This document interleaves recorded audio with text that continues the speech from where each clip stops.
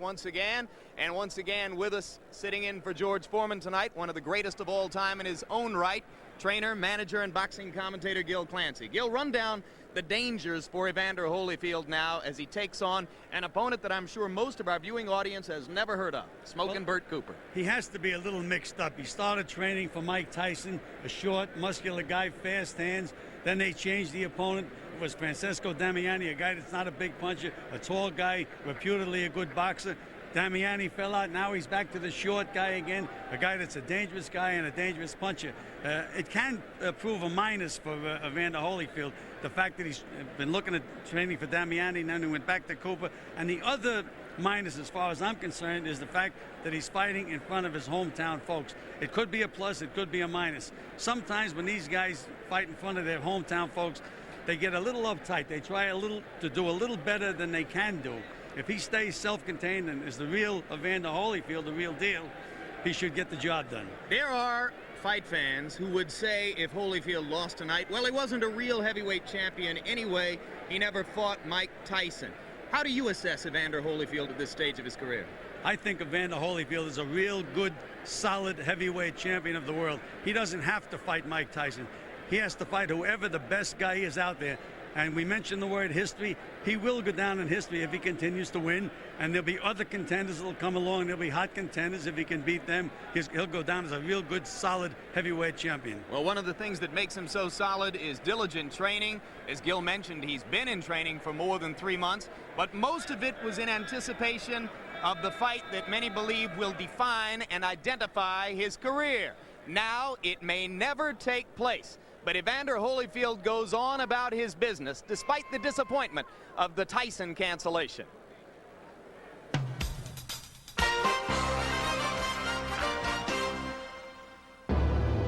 People, talk about the $30 million. It wasn't in my pocket. I didn't lose it. And in life, we always hope for the best. And I guess in this situation, it didn't come about. It was to have been the biggest financial payoff in boxing history, albeit one of the most controversial.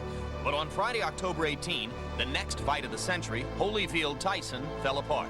The champion claims it was the one phone call he had least expected. My manager, Shelley Finkel, and my promoter, Dan Duver, left messages telling me to call them like something had really happened. In general, I didn't think about boxing. I thought maybe something had happened with Lou. Got sick or something like that, or something, bad had happened. And when I called and they said, you heard about the fight? I said, no, it's, Tyson injured, the fight is called off. Probably the costliest long-distance phone call Holyfield ever made. But one of this champion's hallmarks is extraordinary patience. Happy birthday, dear Evander. Happy birthday to you. Thank you very much. There was to be no cloud of gloom. A birthday party, a few interviews, and it was off to the World Series to cheer on the hometown Braves. I think that was the best thing for me. That was my first time ever going to a World Series. And out of 7 games, I got an opportunity to see 6.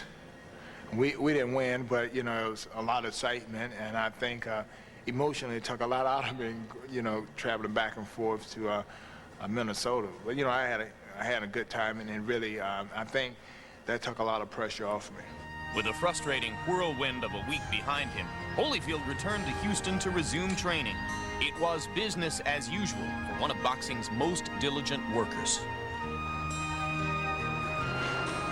It's a great shirt. That's what I was going to say. Thank you. I like your shirt. Thank you. The same schedule, the same intensity applied even to bowling night, a weekly training camp ritual. When you work hard, you need some form of relaxation. And Wednesday, I get an opportunity to bowl something that, I love to do, but it's competitive. I get to bowl against, my brothers and other members in the camp. But they give everybody that equal opportunity because it's not like I'm so much better than them in bowling, even though I beat them.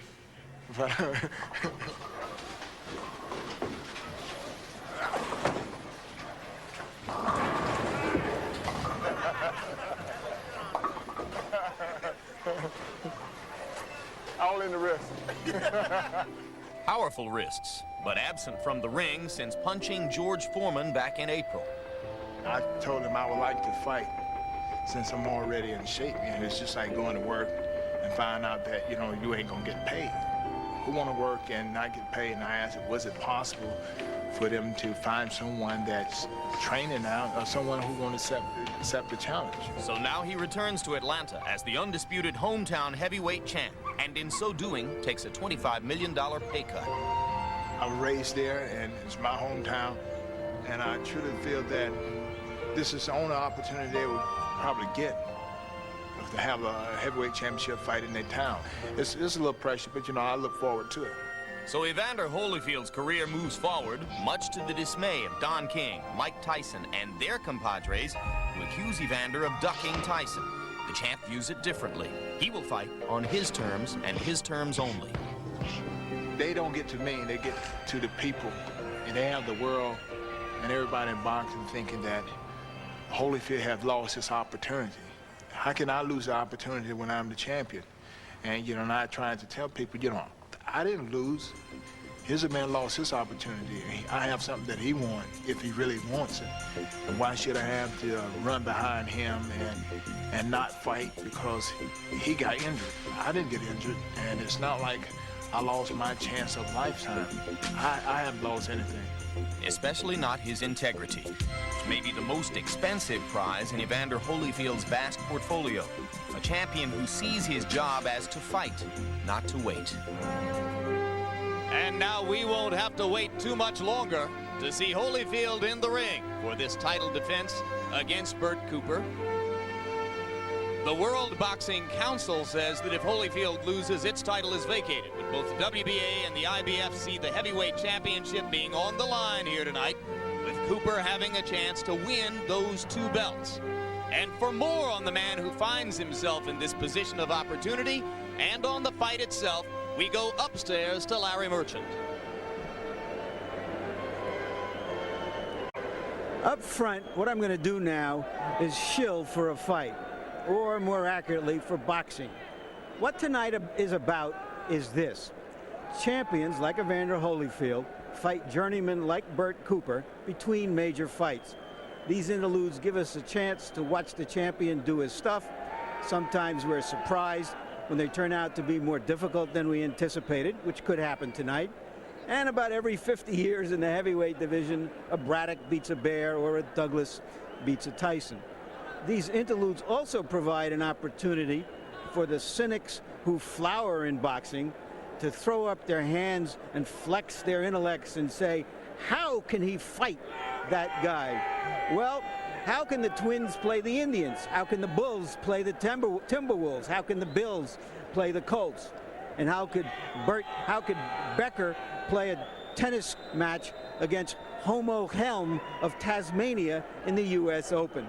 While you figure out the answers to those questions, let's take a look at a man for whom Christmas came very early this year.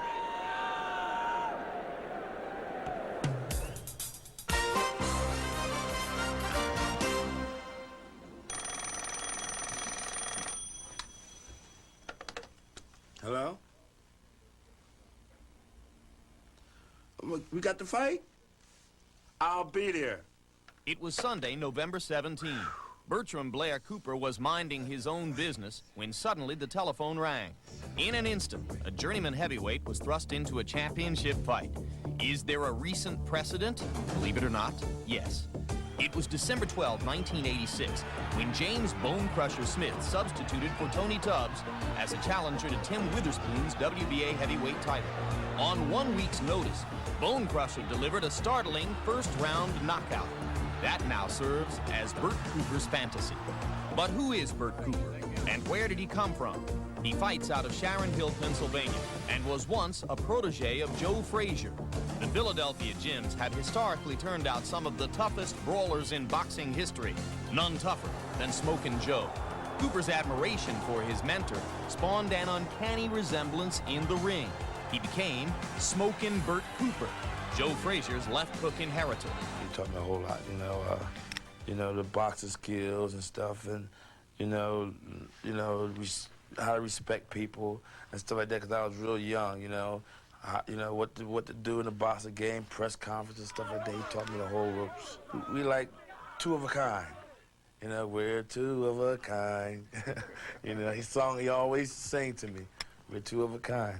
But in June of 1987, the 209-pound blown-up cruiserweight lost an 8th-round TKO at the hands of Carl the Truth Williams.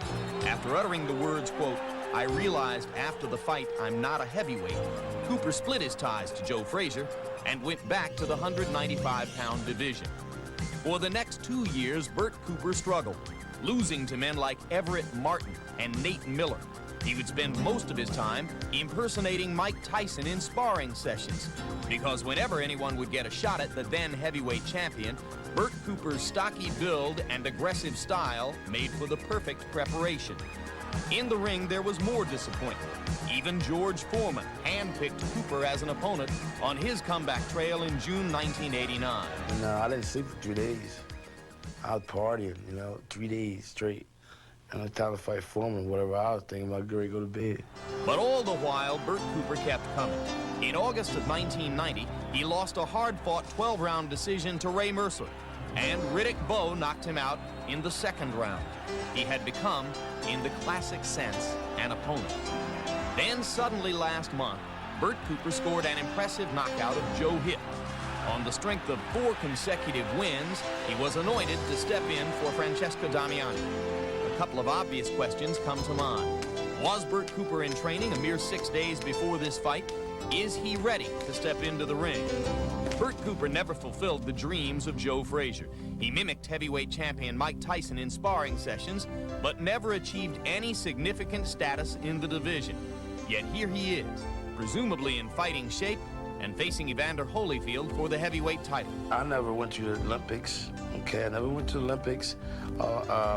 I never got offered $1 million to sign a contract, okay? I never was in the gym with the Nolans and everything, you know? I came out of slaughterhouse, okay? I never had the opportunity Holyfield had. And I think, well, I know that I have more determination, dedication, and desire to win the heavyweight championship of the world. Will heavyweight boxing ever regain an even keel? Probably not. But if Bert Cooper should by chance pull off this upset, Buster Douglas's accomplishment in Tokyo could become a mere footnote in heavyweight history. And now there is Bert Cooper, live on this, the biggest night of his boxing life. There was a time, a few years back, when Bert Cooper was enough of a prospect to assume that someday he'd get a title shot. But he told us yesterday that he long ago gave up on that. Watching him, I'm reminded of a one-time unknown challenger named Ron Stander, who fought Joe Frazier for the title. Ron Stander's wife said the night before the fight, "It's like putting a Volkswagen into the Indianapolis 500. But Well, this guy can fight some. He's like a temperamental, big European car. Sometimes he just goes off the road and decides to stay there, but sometimes he can really go. Well, and you say, Gil Clancy, through much of his career, he wasn't beaten in fights, but he gave them away. He lost them himself. That's correct. He has 5 knockouts on his record, but he's never was counted out. He just makes up his mind against George Foreman. He stopped on a stool. I mean, those kind of defeats. But when he wants to take punches and he's determined, as he was against Ray Mercer, you could hit him with anything and you don't get him out of there. He fought a 12-round war with Ray Mercer in which he split Mercer's lip and broke his jaw. Mercer got the decision, but he'll never forget Bert Cooper. That's what got him here. He's won his last 4 fights by knockout. They were not against name opponents, but he's got a name opponent tonight. And here he comes. Hey, inside. Come on. Let's go. Come on.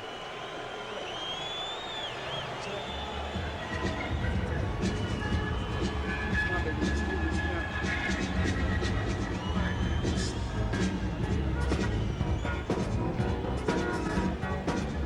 Hold it. Come on. We're working. Let's go. Come on. Let's go. The arena holds 17,000. Promoters anticipated that 14,000 of the seats will be filled.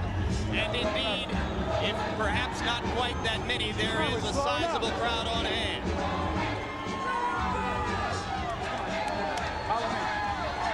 In a moment, they'll see the spotlight fall on their hometown heavyweight champ.